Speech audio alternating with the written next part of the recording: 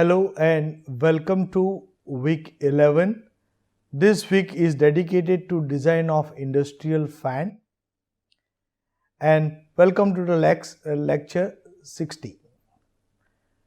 So in last week we were discussing about the design of transonic compressor. So in that transonic compressor we have realized we have discussed different design methodology. That's what is including fundamental method. We have also discussed design of fan using control vortex concept. We have discussed about different track configuration in sense of constant tip diameter, constant hub diameter, constant mean diameter, or we can say by assuming various radius ratio. We have also discussed about how exactly we will be configuring our design, maybe which will be fulfilling the requirement of radial equilibrium, which may be violating radial equilibrium. So now after doing all this, the question may come in the mind, what is a recent trend for design of such axial flow compressors. So let's see what are the recent trends for the design of high performance axial flow compressors.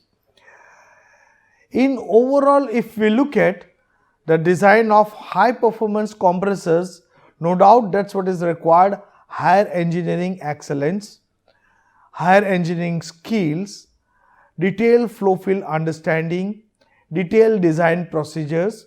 But after doing all these steps, at some instant you will realize the design is a kind of art basically. So what all designs what we have discussed, let it be subsonic compressor, let it be transonic compressor, contra rotating fan, the configuration as per our requirement, all those steps finally will come at the conclusion saying it's a kind of art. That's what we need to have, because what kind of aerofoils we are putting, what kind of dimensions we are selecting, what parameters we are configuring, all those things, that's what will be of artistic kind. Okay.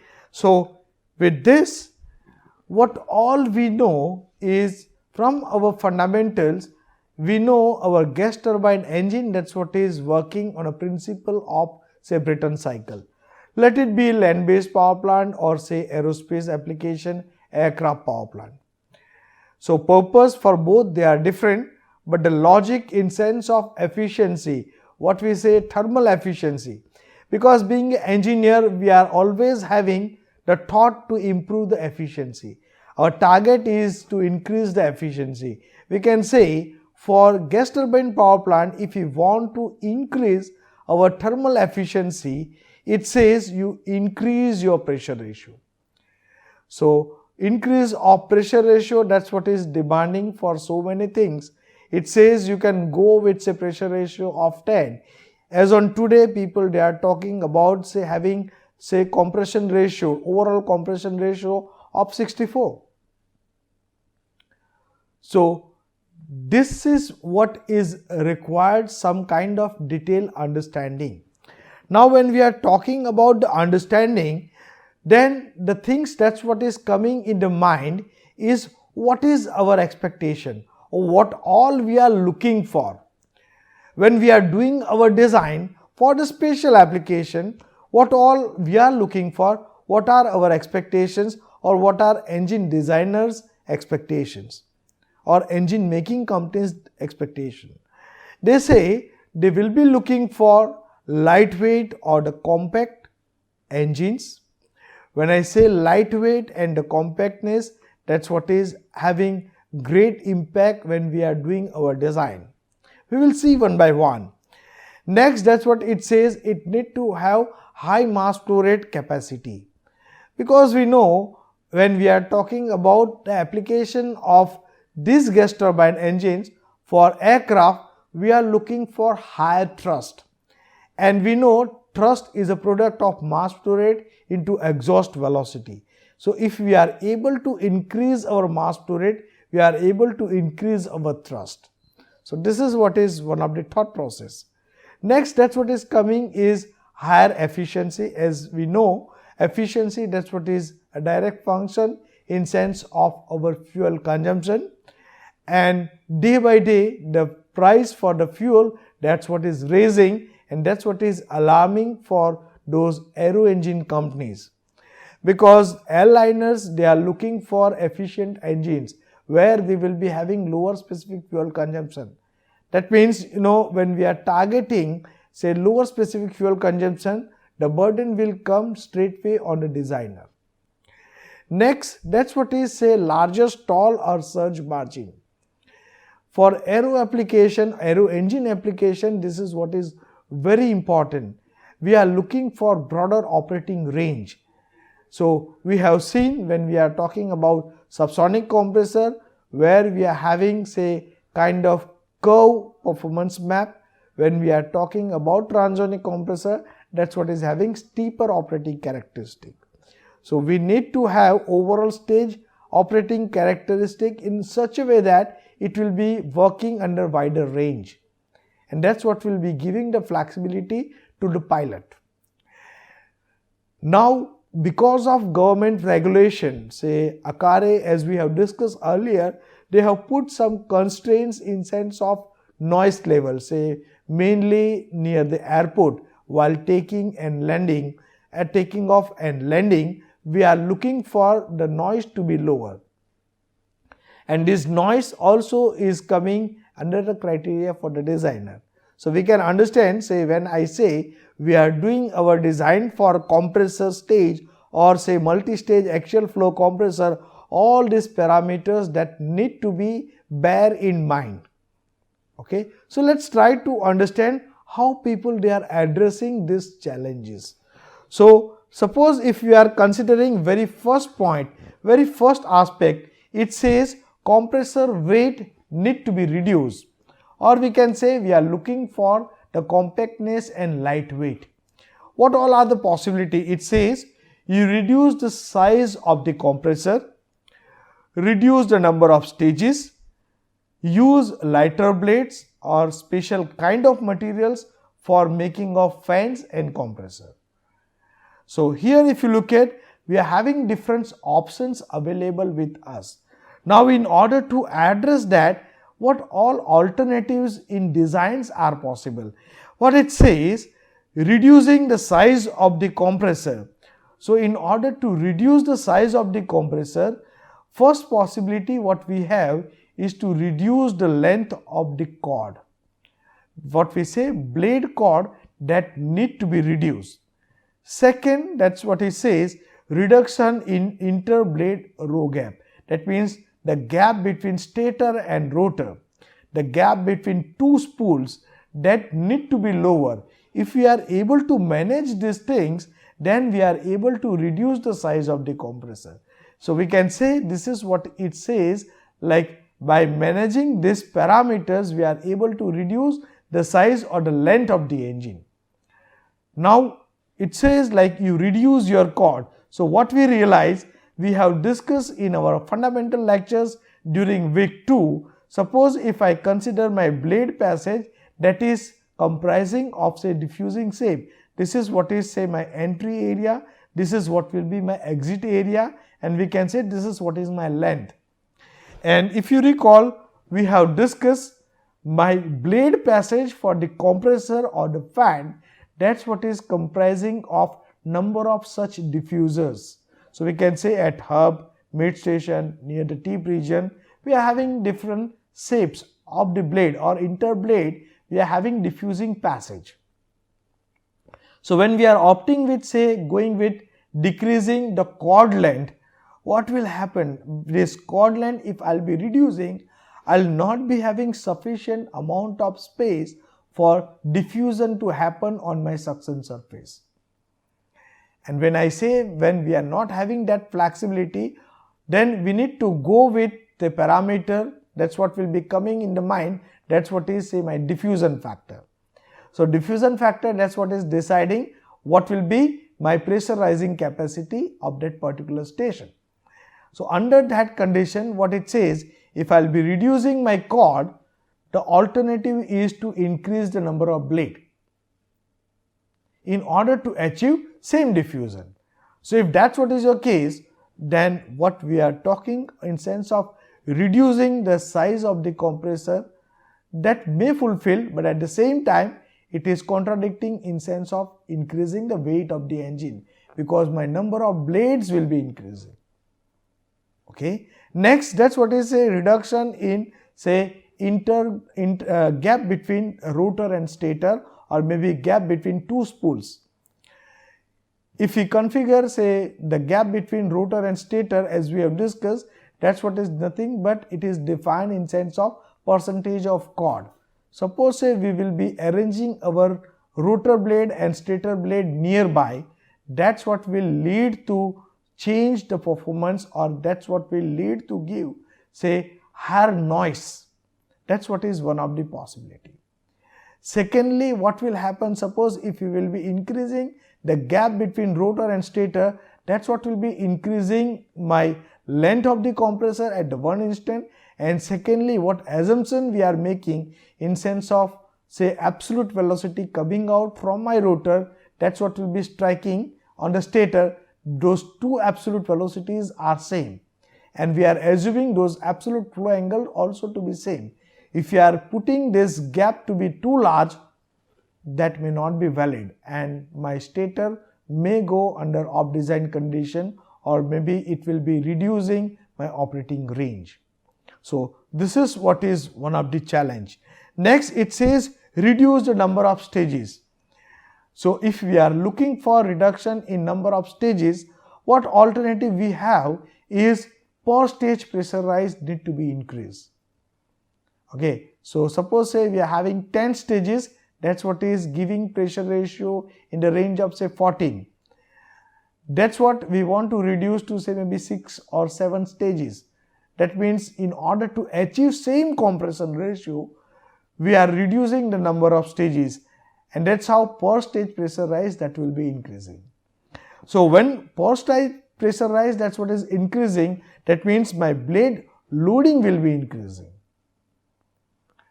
Okay, when we say our blade loading, that's what is increasing, that's what is demanding for special kind of aerofoils, that's what is demanding for special kind of bladings. This is what all we have discussed. So we can understand here, when we say this is what we are looking for, that is putting certain challenge in that sense. Okay. Next alternative, that's what is say use lighter blade material like carbon fiber reinforced plastic kind of material, that's what we can use for making of fans. Maybe for say rotor blades, for compressor, we will be going with some lightweight material, but at the same time the question will come with the mechanical integrity. That's what is demanding for special kind of fabrication technology, and that's where the whole research and development activities those are going on. So you can say what all we are putting in sense of solution in order to reduce the weight and in order to reduce the size of the engine, these are the alternative what people they have found, and research at this moment, these days, that's what is going on to address these challenges, what we are looking on our right hand side. Okay. Now next option, what it says, you increase the mass flow rate. Suppose if we are configuring, say we want to increase our mass flow rate, that means we have two options with us. One, that's what is to increase the axial velocity, and second option, that's what is say you increase the diameter, inlet diameter. That means that's what is required, larger frontal area. If we consider say higher axial velocity, that's what is creating trouble in sense of say wider stall hysteresis. So if you look at here, this is what is representing one of the performance map for understanding, say this is what is my mass flow rate and this is what is representing my pressurizing capacity. If you consider here, say somewhere near say point A, somewhere point E, say that's what we can say is a say design point for us. Now when I am decreasing the mass flow rate, it says my pressure, that's what will be rising. That's what is a characteristic of compressor. So I will be having rise of pressure up to certain point, say point B, and that point we are defining as a stall point. Beyond that, if we will be reducing our mass flow rate, there is no further rise of pressure, that's what is possible. And my whole compressor, that's what will be going under stall configuration. Based on what is the downstream component connected with the axial flow compressor, we can say that will go under surge condition. So what will happen when we are reducing our mass flow rate, in place of rising the pressure, my pressure will fall down. That's what is coming here. Now if you will continue running this compressor under that condition, there may be mechanical failure that will happen. That's what will be catastrophic failure. So in order to avoid that kind of situation, what pilots they are doing, they are increasing the mass flow rate, or maybe they are decreasing the rotational speed of the compressor. So when we are doing that part, again my compressor that will be going from say point C to D to E, and again say so this is what is creating the hysteresis loop. So you can say this is what is nothing but hysteresis loop. Now what happens, say if we are considering different, say higher axial velocity configuration, that means my flow coefficient will be higher. So this is what is one of the experimental reported work with different flow coefficients, say 0.35, 0.55, 0.71, and if you look at, this is what is slightly on the higher side. So if we are having this flow coefficient in this range, we can say when we are having our flow coefficient, that's what is lower, my pressurizing capacity is lower, but I am not having any hysteresis kind of configuration. When we are moving with say flow coefficient slightly on the higher side, we will be having say minimum hysteresis. But at the same time, when we are going with the flow coefficient in the range of 0.71, my hysteresis, that's what is coming to be larger on the side. And when we are going flow coefficient to be in the range of 1, we will be having very high hysteresis. So this is what is putting constraint in sense of having higher axial velocity. So you can go through the paper, that's what is discussing about the stability of say pumping system. This is what is a scholar lecture, that's what will give more detail, more insight into this. Since this is what is a design course, so we will not be focusing more on these aspects, but we can understand this is what will be giving us idea what we say in sense of wider stall hysteresis. So next option what we have is a large frontal area.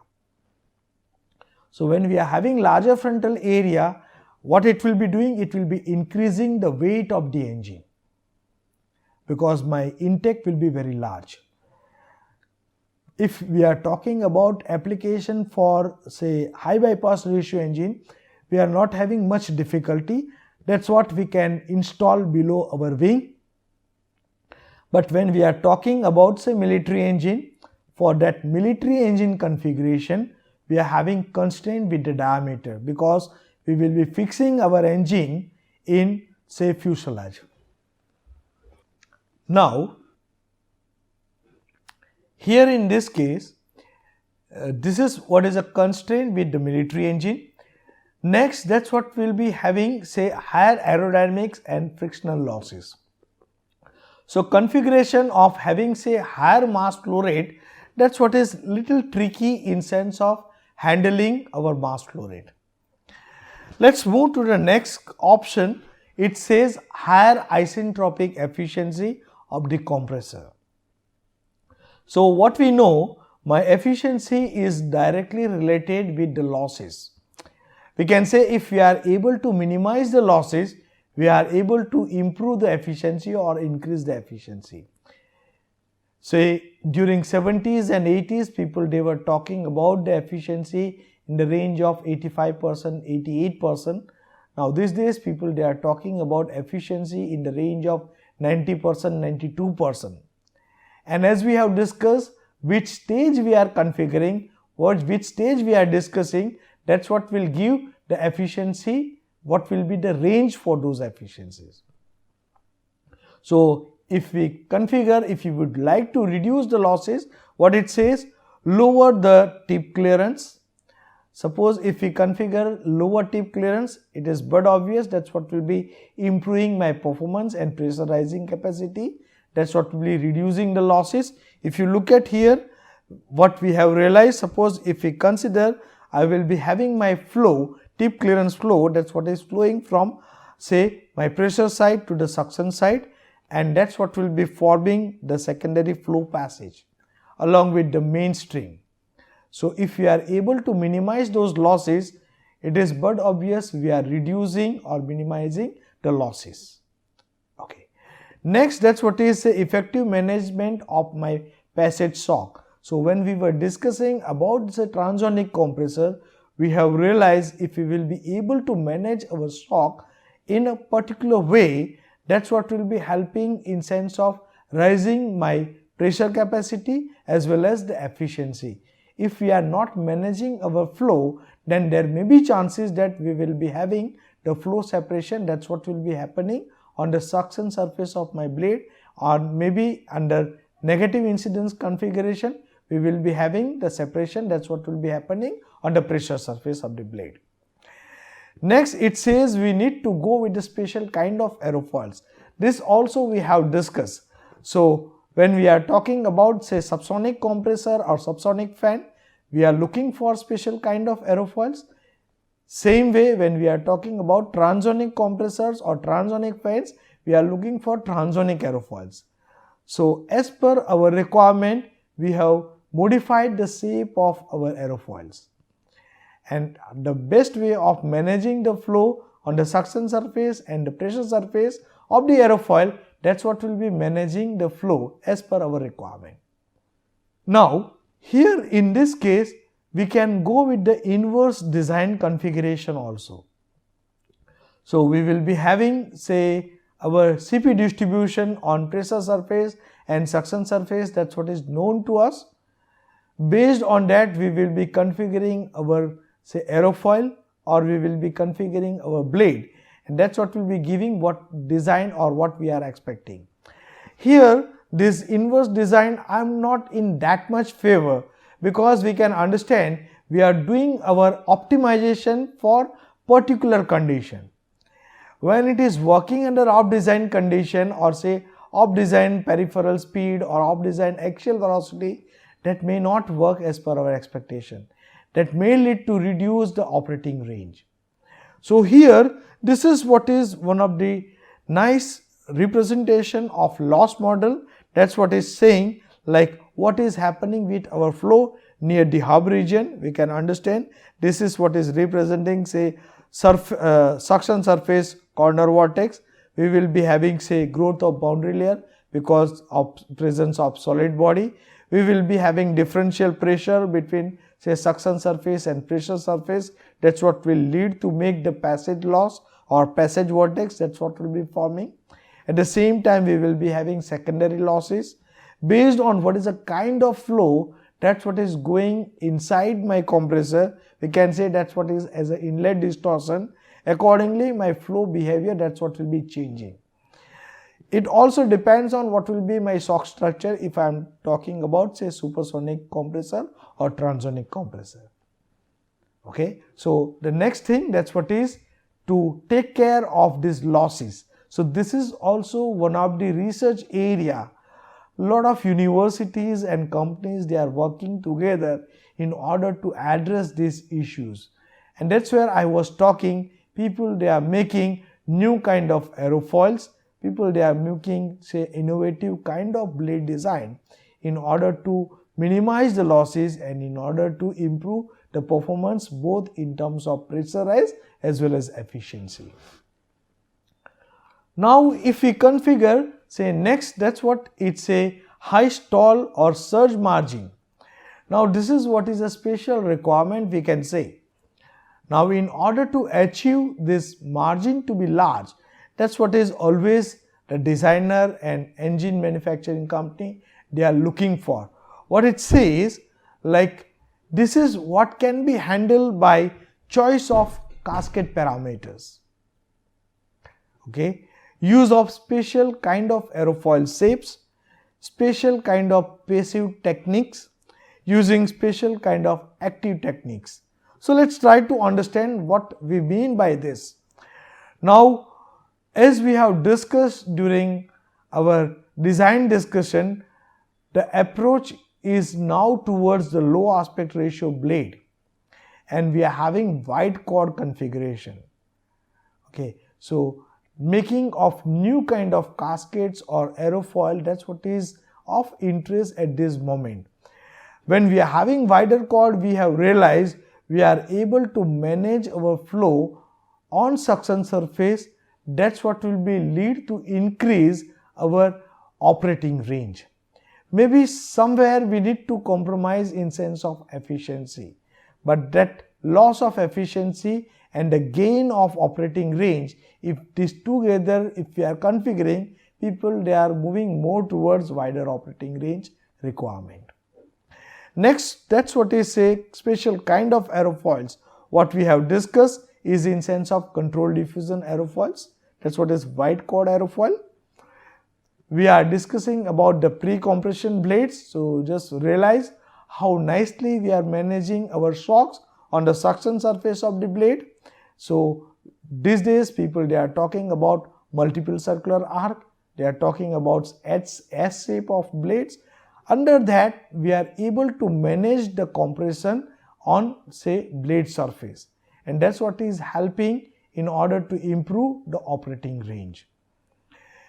Now people they are talking about the passive flow control mechanism, say interstage bleed. So the air from say later stages, that's what will be taken out, and that's what will be injected near the hub region or maybe near the tip region according to the requirement, and that's what is helping the operating range, or that's what is basically delaying the separation. Say hub corner separation, that's what can be handled by having this kind of blade. Even near the tip region also people they are exploring this kind of possibility. There are possibility to go with say variable geometry, that's what is say variable inlet guide vanes or the stators. So most recent engine, that's what is say upcoming engine 6th generation aircraft, where people they are talking about say variable inlet guide vanes, variable stator kind of configuration. That's what is having special kind of application. Okay, under that configuration, this is what is coming into the picture. Now casing treatment also is one of the hot area for the research. By having casing treatment, people they are trying to broaden the operating range. Next, what we have is in sense of say active techniques. So oscillating inlet guide vanes and stators, air jets. So these are some of the research that's what is been going on in order to improve the stall margin. So this is what is at the lab level at this moment. There is no straightway application to actual engine. That's what is existing so far as active control mechanism. That's what is coming. This active control mechanism, that's what is required. Additional power source, additional actuating mechanism, that's what is required, additional component, and that's what is putting a lot of constraint when we are talking about application in actual engine. While for the case of passive techniques, certain modification, that's what will be helping. And that's the reason why people they are preferring at this moment with going off say passive control mechanisms. Now after doing all this, next that's what is of interest is to reduce the noise. Now noise what we are talking of, that's what is being addressed by two ways. One, that's what is optimize the interstage spacing between rotor and stator, and next that's what is proper intake design. Now let's try to realize, suppose we have discussed when we were discussing about the length of the engine, what we have realized, the space between this rotor and stator, if we are increasing, that's what will lead to increase the length of the engine. Now if we will be having the larger spacing between these two, that's what we say it will be increasing the length of the engine as well as weight of the engine. Here the weight, it means the length of the shaft, that's what will be increasing. Do not take in sense of increasing number of blades, be careful. The smaller spacing, that's what will lead to say stronger interaction of wake. We can say we are having one rotating blade, one stationary blade. So wake, that's what will be coming out from the rotor blade, that's what will be striking on the stator blade, and that interaction, that's what will lead to have toner kind of noise, and that's what need to be addressed with. Now for high bypass ratio engines, for fans, special kind of acoustic linings they have been provided near the casing region, that's what will be helping in reducing the noise. Now proper intake design, so the shock structure, that's what we are getting in supersonic diffuser, that's what need to be managed properly. Otherwise that may lead to give very high noise, and this is what is not coming in the area of say compressor designer or engine designer. This is what is a special kind of application where airframe integrator they are coming into the picture. So when we are supplying this engine for airlines, that time this airframe configure person, he need to take care of this particular design. Same way contouring of inlet duct. So in order to have very good or say smooth or uniform flow at the entry, the inlet need to be designed in a proper way. So here this all what we are discussing in sense of addressing different aspects. This is what we say is in sense of improvement of our design. This is what is representing what all are the recent trends in sense of say addressing the most challenging part for say axial flow compressors, which are applicable for at this moment for say gas turbine power plant, but the same logic that's what is also been applicable for industrial compressor as well as for industrial fans. So here we are stopping with the discussion about what all are the recent trend. We will continue our discussion on some of the aspects in the next lecture. Thank you very much.